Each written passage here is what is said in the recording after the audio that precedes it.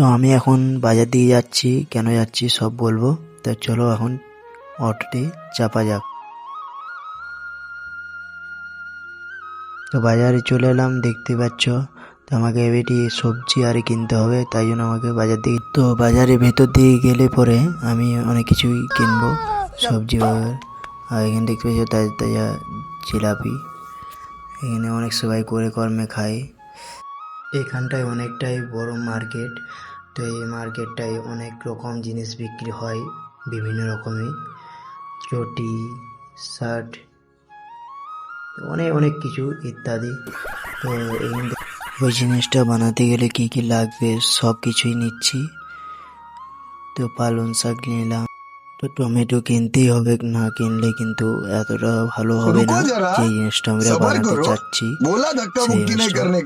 তো চলো দেখা যাক কি কি কেনা হচ্ছে। দেখতে পাচ্ছ গাইস, এখানে শুকোই মাছ রয়েছে। আমাদের লেবার প্রয়োজন নেই এখন, অনেকেই খায় না, তাই জন্য আমরা শুকোই মাছটা বাদ দিয়ে দিয়েছি। তো হ্যাঁ বন্ধুরা, আমাদের সবাই হয়ে গেছে, বাজারও হয়ে গেছে। তো এই জুতো কিনেছে এই বন্ধুটা, তো বলছে আমার বাড়ি আমার, আর আমি এই শপিংগুলো করেছি, তো দেখে নাও একটু। আর চলো আমি রুমে যেয়ে দেখাবো খুলে। তো দেখতেই পাচ্ছ গাইস, আমি একটা টি শার্ট নিয়েছি, তো ব্ল্যাক, অনেক দাম 500। এই দুটো জামা আমার তো অনেকটাই পছন্দ হয়েছে। তো বন্ধুরা, আমি ছাদে উঠেছিলাম একটাই কারণে, ভিডিও বানাবার জন্য। তো ভিডিও বানানো হয়ে গেছে, তো চলো নিচে যাওয়া যাক। নিচে সবজি কাটছে খিচুড়ি করার জন্য। তো আমরা দাওয়াতে গেছিলাম না, ওই সবজি টবজি নিয়ে এসেছি, তো ওই সব খেলা কাটতে হবে, তো কেটে পরে খিচুড়ি করবো। চলো দেখাই। তো হ্যালো বন্ধুরা, আমি বাইরে কোনদিন রান্না করি নাই, আর মা বললেও কোনদিন রান্না করতাম না, জল খেতাম না গো নিজে হাতে। মাকে দিয়েই জলটা বলতাম যে জল দিয়ে যা মা, খাবো আমি, ঠিক আছে। তো কোনদিন আমি বাইরে রান্না করি, আর বাইরে এসে কিন্তু আমি সেরকম ভাবে রান্না করতেও পারি না। আমাকে সেই বন্ধুগুলা শিখিয়ে দিয়েছে যে এইভাবে রান্না করতে হবে, বা আমি কোথায় কাছে বসতাম রান্না কিভাবে করতো দেখতাম, যে রান্না কিভাবে হচ্ছে, কিভাবে কি মশলাপাতি দিচ্ছে, ঠিক আছে। তো আমি মশলাপাতি দেওয়ার সঙ্গে সঙ্গে কিন্তু বলতাম যে এই মশলাটা কেন দিচ্ছিস, বা কেমন লাগবে, মশলা দিলে ভালো লাগবে কিনা, সেটা আমি শুধাতাম, ঠিক আছে।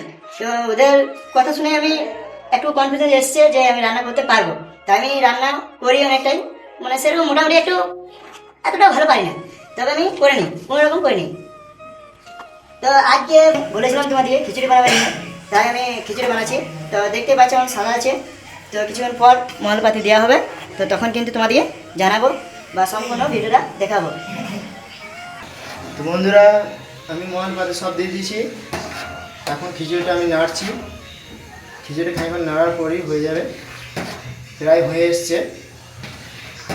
আর খিচুড়িটা হয়ে গেলে আমি কিন্তু মাংস চাপাই দেবো, মানে মাংস করতে হবে আমাকে, মানে মাংস রান্না আমি ভালোভাবে জানি না, তাও আমাকে করতে হবে, কেন কেউ করছে না, সব ডিউটি থেকে এসছে, তাই কেউ করতে চাইছে না, তাই আমি করছি। তো দেখতেই পাচ্ছি বন্ধুরা কতটা কষ্ট হয়, মা বাবা তাই কত কষ্ট হয় রান্না করতে গেলে, বেশিরভাগ মাই রান্না করে, বাবা মাইটাই রান্না করে না, মায়ের কত কষ্ট হয় সেটা বুঝতে পারছি। তো চলো আবার কিন্তু মাংস রান্নাটা চাপাবো আমরা, কিভাবে করছি সেটা দেখে নিও। তো আমাদের খিচুড়ি হয়ে গেছে, তো আমি মাংস কিমা করে নিচ্ছি, কিমা করার পরে এই মাংস দিচ্ছি। কিমা না করলে কিন্তু মাংসটা এত ভালো হয় না, অনেক অনেক রকম পদ্ধতি রান্না করে, আমিও দু রকম পদ্ধতি রান্না করি, কিন্তু আমি এরকম রান্না করছি, কেমন হয় সবাই খেয়ে বলবে যে রান্না কেমন হয়েছে কিনা, ভালো হয়েছে কিনা। समझ रहे हो? তো চলো রান্না করা যাক, ভালো হয় দেখো তোমরাও যে আমি কেমন মাংস রান্না যদি হয় তাহলে কমেন্টে জানাবে। আর অনেকে ভুল হচ্ছে, বাইরে কাজ করছে তাদেরকে বলছি, যারা বাড়িতে আছে তাদেরকে বলছি, যারা বাইরে আসবো ভাবছো তারা কিন্তু প্রথমে কিন্তু মায়ের হাতে রান্না করা শেখে না, কারণ বাইরে এসে আফসোস করতে হবে না যে আমি রান্না জানি না, বা কি খাবো, বা কে আমাকে করে দেবে রান্না করে খাওয়াবে, সেটা কিন্তু আফসোস করতে হবে না, কারণ তুমি নিজেই রান্না জানো। মা তুমি তোমার মায়ের কাছে শিখে এসছো, তাই তুমি রান্না করে খেতে পারবে বা 5টা লোককে খাওয়াতে পারবে। তো বন্ধুরা, তোমরা মায়ের কাছে শিখে এসো, যারা এখন আসেনি তারা কিন্তু শিখে এসো, অবশ্যই শিখে আসবে, না শিখে কিন্তু বাইরে এসো না চট করে। আর যারা বাইরে এসো তাদের কষ্ট আমি বুঝতে পারছি বন্ধুরা, যে কত কষ্ট হয় রান্না করে। नहीं तू समझा नहीं। অনেকটাই কষ্ট হয়। আমাদের প্রায় হয়ে এসছে, আর কিছু আর অপেক্ষা করতে হবে, তাহলে কিন্তু মাংস রান্নাটা হয়ে যাবে।